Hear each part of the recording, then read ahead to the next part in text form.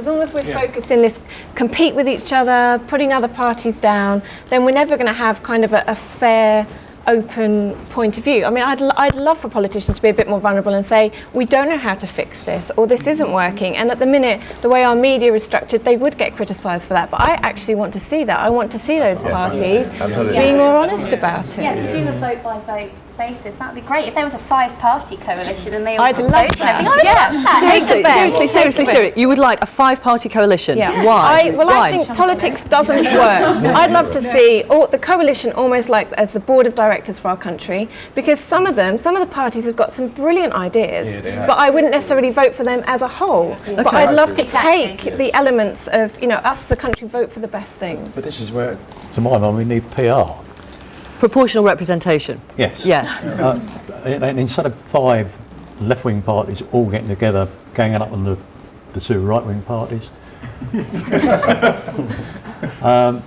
everybody would have a say. I mean, there was an opinion poll where I think Liberal had 10% of the vote, but we're going to get something like 16 seats. UKIP had 13% of the vote and no seats. How does that work? Yeah, well, we did, as you know, I don't know if you took part in the referendum for the alternative vote, which is not exactly proportional representation, but you could rank your candidates in order of preference, and the majority said, we don't want the alternative vote. Well, who else would be actually excited or interested in the idea of a big coalition? 50-50. I just don't know how that would work if they can't even handle a 7-way debate. To help them trying to run the country, I don't know how that would work, for sure. Our politics isn't geared for a multi-party coalition, and it'll probably have to change after this general election. Yeah, I'd like to jump in here and say I respectfully disagree, because actually I think the current political state with our current voting system isn't ready for a multi-party coalition.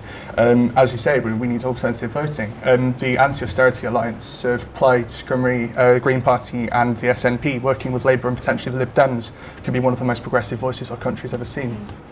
Would you like a coalition? If so, involving whom?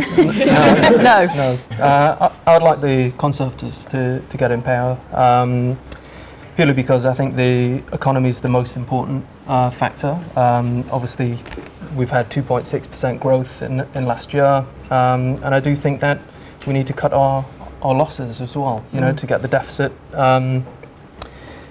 starting to balance, or get the books to start to balance, basically. I think both ways. Basically. So in order to bring that deficit down, do you want to know how that 12 billion is going to be cut in welfare, or are you not bothered? You just know they'll do it somehow. No, I think it's important to understand how those cuts are actually going to be made, but I think what the Conservatives are doing is almost shaking down spending, hopefully getting people back to work who actually can work, and maybe re-spend some of that money back on the most vulnerable people. It's been one of the longest, most stable governments ever. We had a Conservative government for 18 years, and it was split by factions and rows and scandal. Actually, we've got 2 parties working together. What would be nice, we'd have 3 parties, 4 parties. I just think we need to be a bit more intelligent about it. Would you like a coalition? I would definitely like a coalition. Would you? Before I met these people, I felt like I was the only person in Britain who really wanted a Labour-SNP alliance of some sort. Really? Because I think the SNP, they've got some good policies on education, they're in the voting age. Do you like their independence policy? Well, not necessarily. Okay. But I think that Scotland can hold referendum after referendum after referendum. If people say no every time, and I think if the SNP hold the balance of power in Westminster, they can give Scotland more autonomy, the more powers that they want, without having to split up the United Kingdom. So you don't mind? You're in an English constituency, so you can't vote for the SNP, but you wouldn't mind having a party in government that you didn't vote for. I mean, a number of people were cross last time when they realised either the Conservatives were in or the Liberal Democrats were in.